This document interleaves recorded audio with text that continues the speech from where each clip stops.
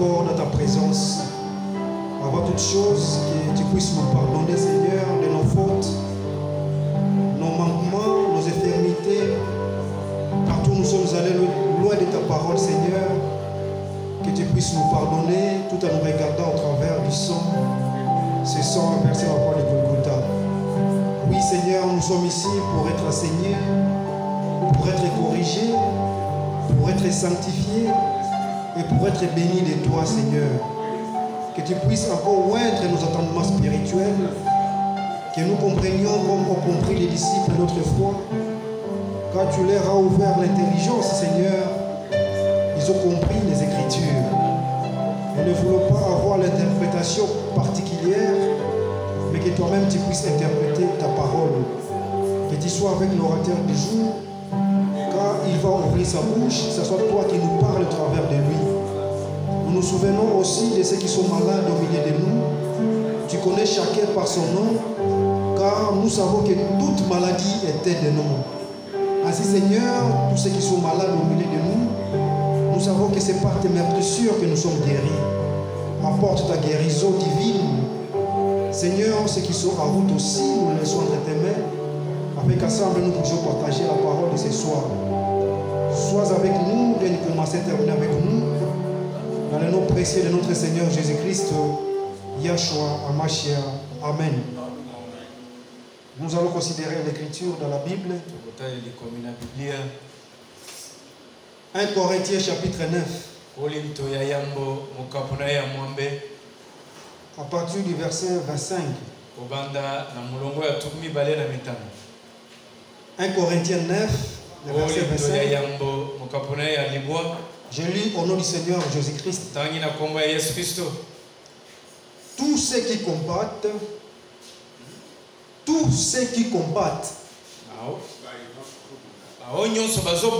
s'imposent toute espèce d'abstinence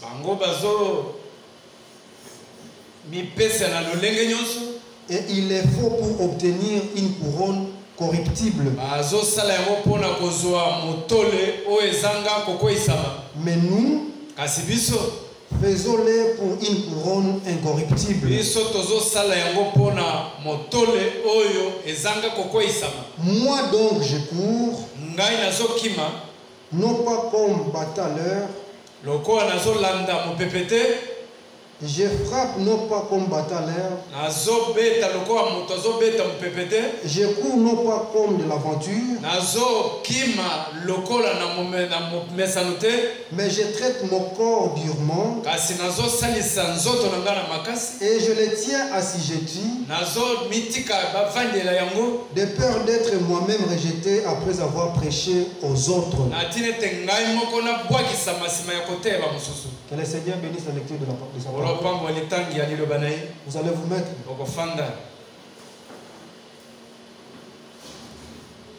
Nous sommes très heureux de nous retrouver dans la maison du Seigneur, dans sa présence où nous sommes enseignés. Ça fait ma joie, parce que quand nous venons ici, nous venons individuellement pour être enseignés. Alors quand nous arrivons et qu'il n'y a pas encore de gens, cela ne peut pas nous achoper. Parce que moi-même, je suis venu à la parole. Je ne suis pas venu pour l'autre. Raison pour laquelle nous, les nombres, ne nous dit rien. On va toujours prêcher la parole, même s'il y a des personnes dans les bancs. Parce que nous sommes tous enseignés du Seigneur. Et ce soir, nous serons encore enseignés. C'est le but pour lequel nous sommes là. Toujours dans ce sujet de compas spirituel que nous avions commencé il y a de cela des semaines. C'est un sujet très important. Sujet dans lequel nous apprenons comment combattre. Avec qui nous combattons et comment les vaincre. Et nous combattons dans la victoire parce que le Seigneur a déjà vaincu à la croix. Amen.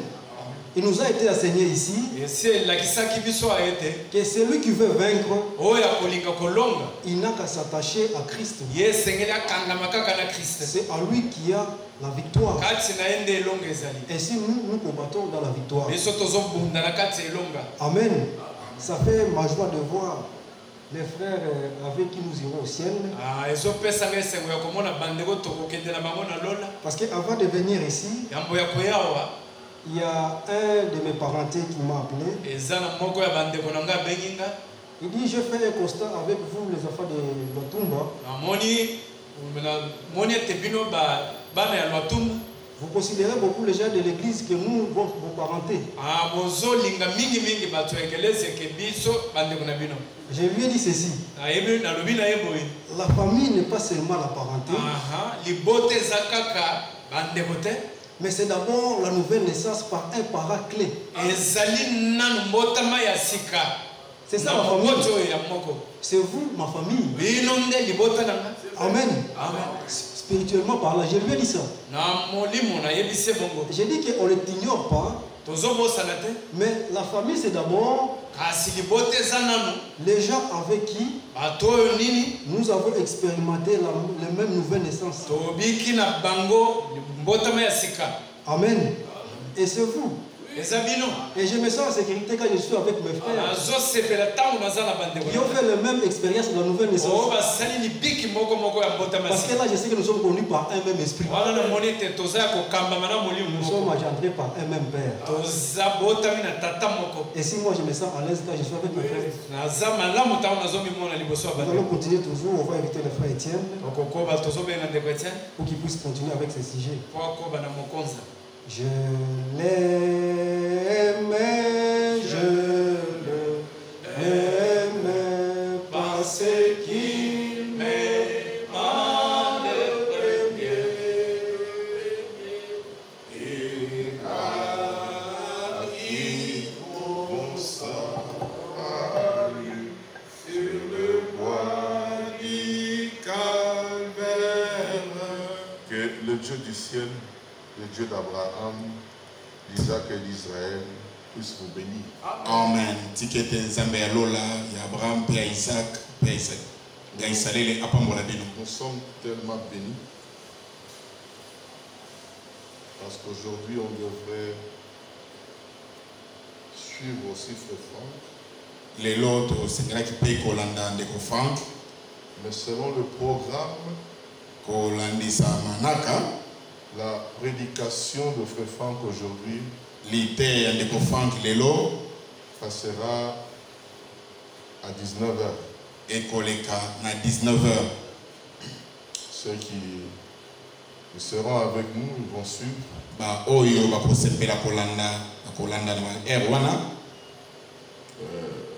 Ça peut nous permettre aussi, le dimanche aussi. Frère Franck commence la prédication à 9h juste. De Franck à 9h juste. Ça prend pratiquement 1 heure. Et ça la représente 1 heure. Le frère qui aimeront suivre dimanche, vous allez vous arranger d'être là à 9h juste. Nous allons nous arranger à être à temps de la manière que nous suivons ensemble.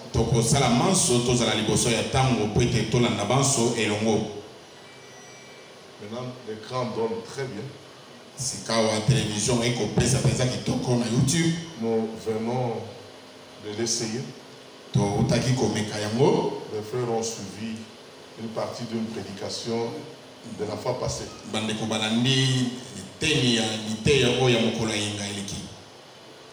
Alors cela n'empêche que nous puissions parler du sujet qui nous...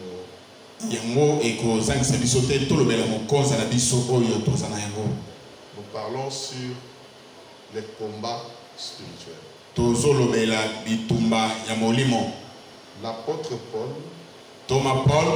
il dit tous ceux qui combattent s'imposent toute espèce d'abstinence.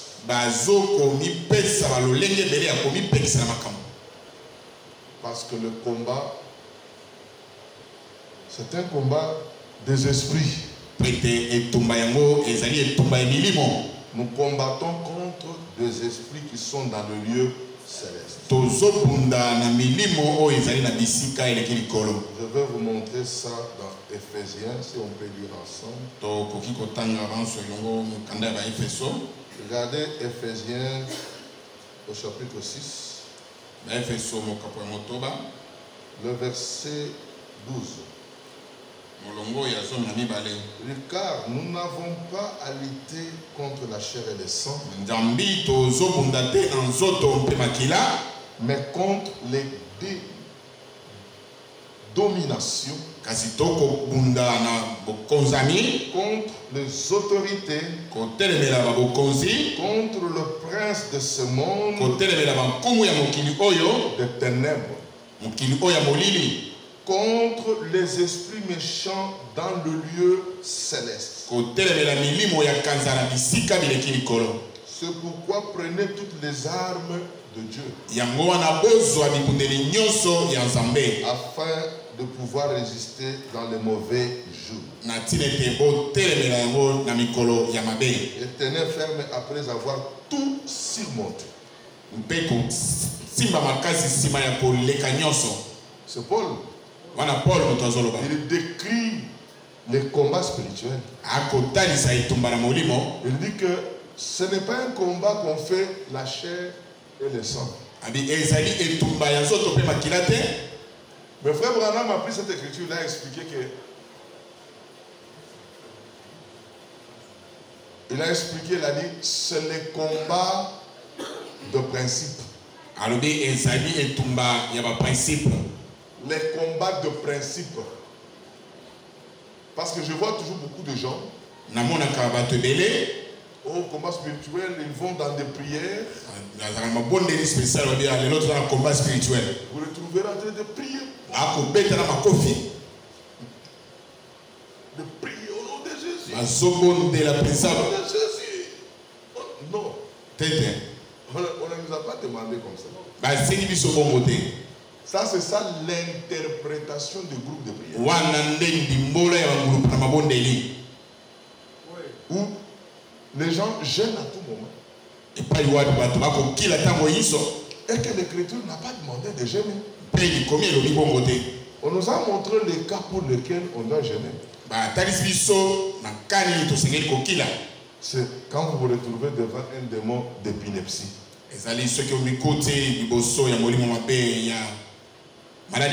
C'est Jésus qui parle. C'est ainsi que les groupes de prière ont mal interprété les combats spirituels.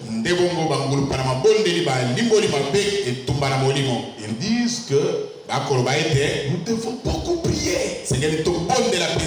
Comme j'ai entendu un autre frère qui parlait autrefois, dans notre église on ne prie pas. Maintenant, parce que lui, il a sa manière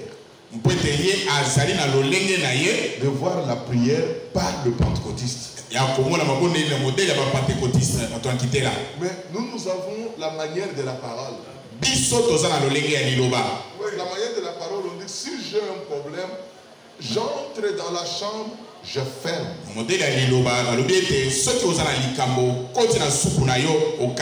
Je prie mon Dieu dans le secret.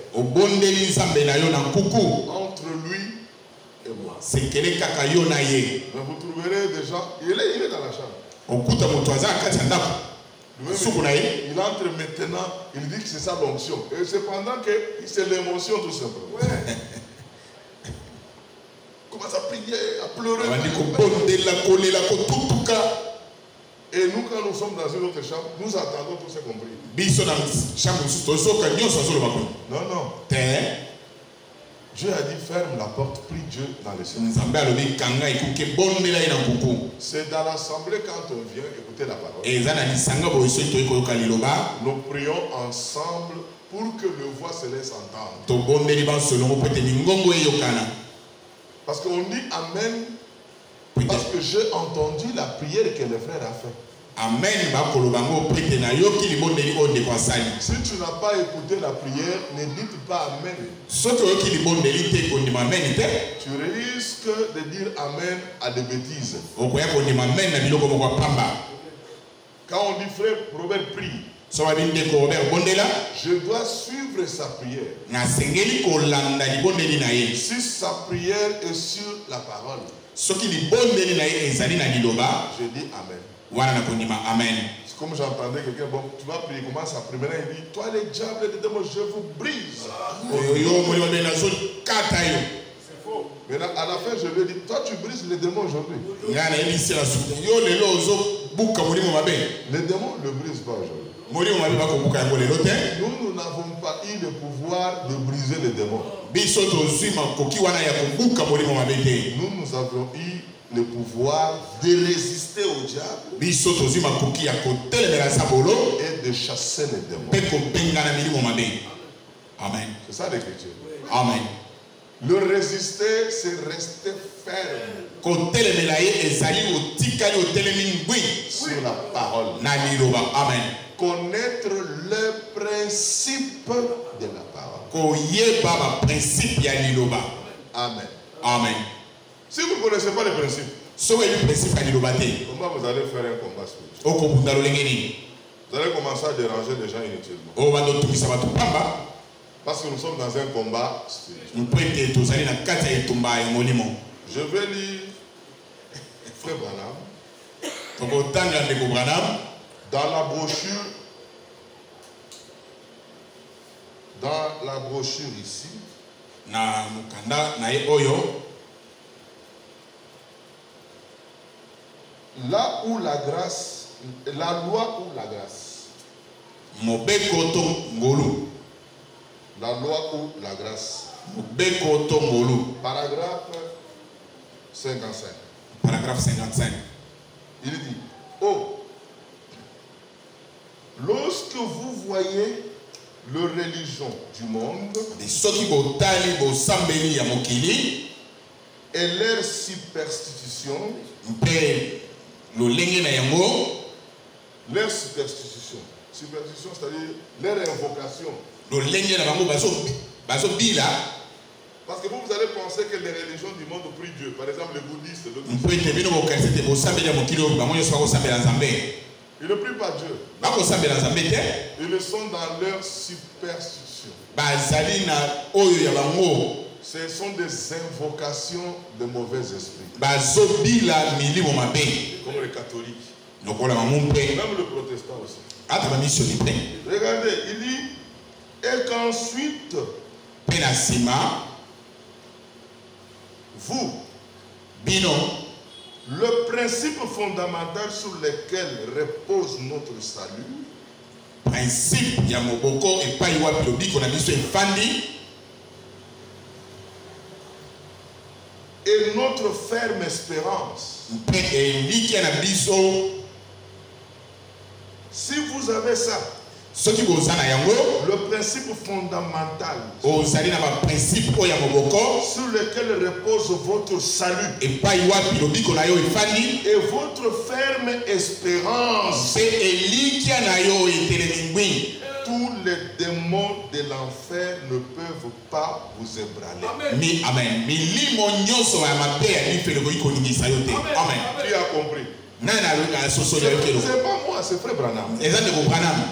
Il dit, si vous voulez que le démon ne vous ébranle pas, Abi soki olingi milimo mabe eningisa yo te, ce n'est pas la prière qui vous fait fuir des démons. ezali libondeli te te ezokimisa milimo mabe. Vous avez vu le fils de Séba. Omoni mwana ya Seba. Ils étaient au nombre de 7. Bana ya Seba bazaki sambo. Ils sont allés vers un homme démoniaque. Bakei epai ya moto ya milimo mabe. Ils ont trouvé cet homme démoniaque. Bakuti mutu wana. Il a dit, aujourd'hui nous allons terminer avec toi. Abi alelo tokosilana na moto ya milimo mabe. Démon, Abi yo molimo mabe. nous te chassons Tozobengana yo au nom du Seigneur Jésus-Christ na kombo ya nkolo Yesu Kristo que Paul prêche. oyo Paul azoteya. Les démons les ont regardés. Milimo mabe batali bango boye. Il a dit, mais moi je connais Jésus. Molimo alebi menga na yebi Yesu. Et je connais Paul. Mpe na yebi Paul. Mais vous, Kasi yo qui êtes-vous? oza nani? Ils étaient bloqués. Akangamaki wana. Tout à l'heure, on vient de suivre le frère Franck.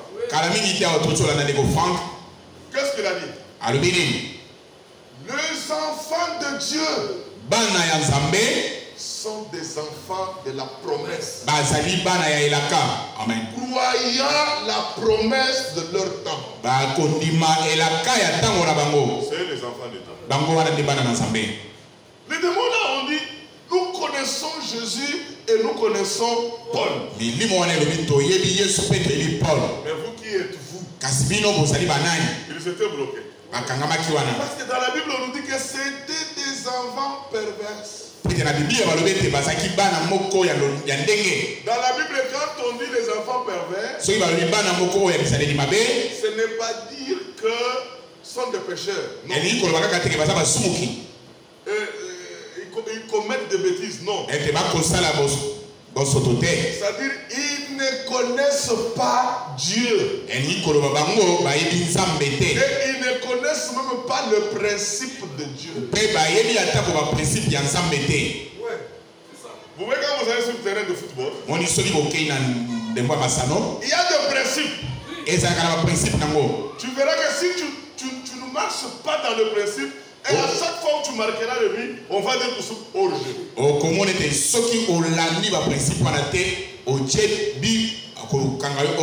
Hors-jeu parce que tu es en dehors de principe. Quand l'apôtre Paul dit, il dit, quand je combats,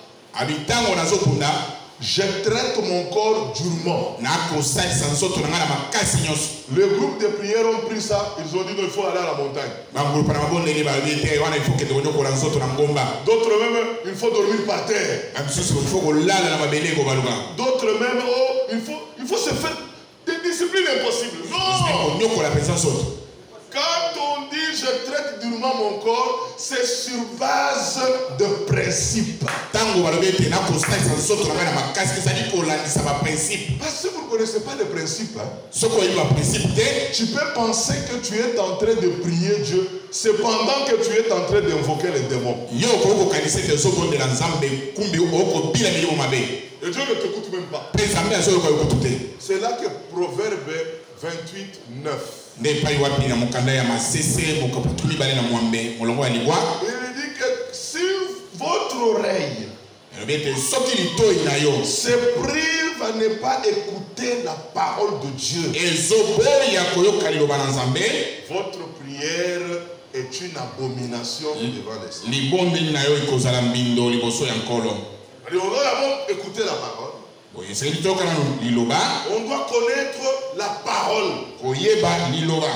Si vous ne connaissez pas, tu peux penser que tu es dans le camp du Christ, cependant que tu es dans le camp du diable. Oh, lorsque vous voyez la religion du monde, les bouddhistes, les musulmans, les protestants, les catholiques, quand vous regardez leur superstition, et qu'ensuite vous avez le principe fondamental de la parole sur lequel repose votre salut et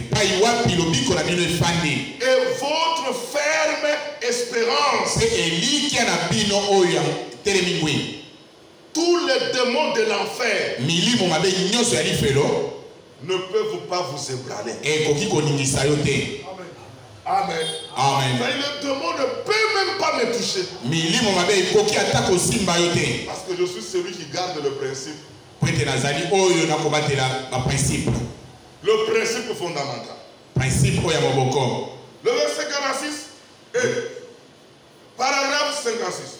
Paragraphe 56. Lorsque vous tombez plus bas dans les erreurs, et que si vous gardez le principe fondamental de la parole de Dieu, ce principe vous dira d'abord avant de prier, de se repentir et de confesser vos fautes. Et si vous le faites, le Seigneur vous ramènera dans sa voie et tu seras vainqueur. Amen.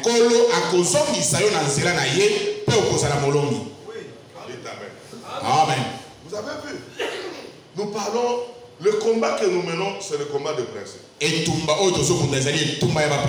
Sans le principe, frère, vous êtes malheureux. Parce que beaucoup de gens pensent qu'il faut aller combattre. Prenons l'exemple de frère Abraham. Vous connaissez notre frère Abraham, non? Oui, Abraham. On va prendre son exemple. C'est frère Abraham qui raconte.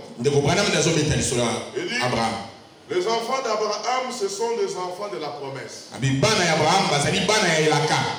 Je lis dans Hébreux chapitre 7. Hébreux chapitre 7. C'est une brochure Hébreux chapitre 7. Première partie, paragraphe 75. Il dit maintenant. Suivez bien. Maintenant. J'aimerais que vous remarquiez ceci. J'insiste encore. J'aimerais que vous remarquiez ceci. Abraham, notre père, a dit, je ne prendrai pas un fil ni un cordon de soulier.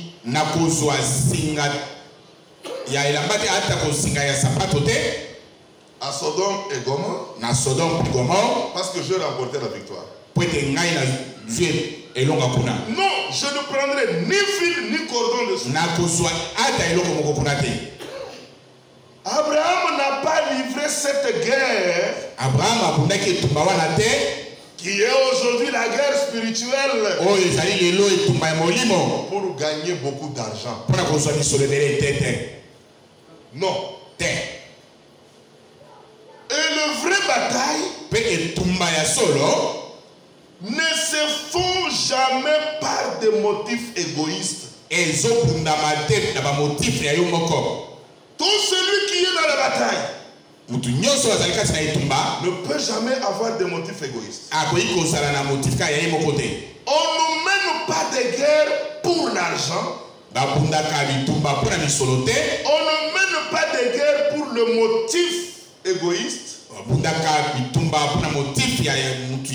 Mais nous menons les combats pour des principes de la foi et de la parole. Amen. Vous pouvez avoir la foi. C'est bien. Mais vous devez connaître le principe de la parole. Amen. Les hommes mènent des guerres pour de simples principes. Ce n'est pas bien. Et quand Abraham est allé chercher l'autre là-bas, il n'est pas parti parce qu'il savait qu'il pourrait battre le roi. Non.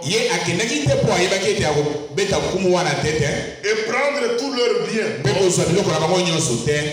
Mais Abraham, il s'est engagé dans la bataille. Il est allé ayant comme principe de sauver son frère. Amen. Si nous aussi, nous avons la même pensée de ramener un frère à la parole pour que son âme soit sauvée, voilà le principe qui nous donne la force devant les diables.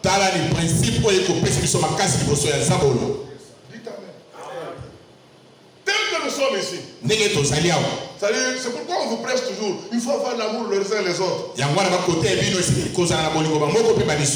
Même quand vous servez, même quand vous chantez, tout ce que vous faites comme service, ne le faites pas pour un motif égoïste. ya yo moko kaka te pour gagner l'argent. Non. te ozwa mbongo. Faisons avec des principes Tosala yango na ba principe pour sauver nos frères. amen pona kobikisa bandeko na biso. Dites amen. Encore amen. Amen. Regardez. Un frère nous a payé la télé ici. Ndeko moko asomeli biso télévision oyo. La télé ici, ce n'est pas pour voir le match. Et ali akotala match te. Ceux qui dorment ici, même s'il y a la nuit, n'allumez pas la télé. Kopelesaka télévision te. La télé ici, c'est pour suivre de prédication. Télé oyo ezali mpona kolanda kaka mateya. Vous avez compris comment il a engagé son argent? Avec un motif que les âmes entendent la parole et que leur âme soit sauvée. Atie misolo na ye na ntina moko ete miela eyoka liloba mpe ebikisama. Et frère Branham dit, c'est une arme Ndeko bana walobi ezali ebundeli que le diable ne peut pas vous évincer. oyo sabola koka koningisa yo te. Parce que tu engages des motifs pour sauver les âmes. Po ete ozozwa ntina mpona kobikisa miela. Mais quand toi tu vas servir Dieu avec un motif personnel, égoïste, pour gagner de l'argent, il dit que vous êtes dans le camp du diable. Tango yo ozoya kosalela nzambe na motif na yo moko kaka ozomona misolo wana ozali na ngambo ya sabolo. C'est pourquoi mes bien-aimés, sauvons les âmes. Yango wana balingami tobikisa miela. Travaillons pour le salut des âmes. Tosala mpona lobiko ya miela. Il dit quand il est allé là-bas, c'était pour ramener et sauver son frère. Tango akendaki kuna ezalaki mpona kozongisa mpe kobikisa ndeko na ye. Et tout prédicateur Mpe motei nyonso envoyé sous l'inspiration du roi céleste oyo atindami na kopemisama ya nkombo oyo ya likolo n'ira pas pour l'argent ye wana akokende mpona misolo te ni pour faire de grandes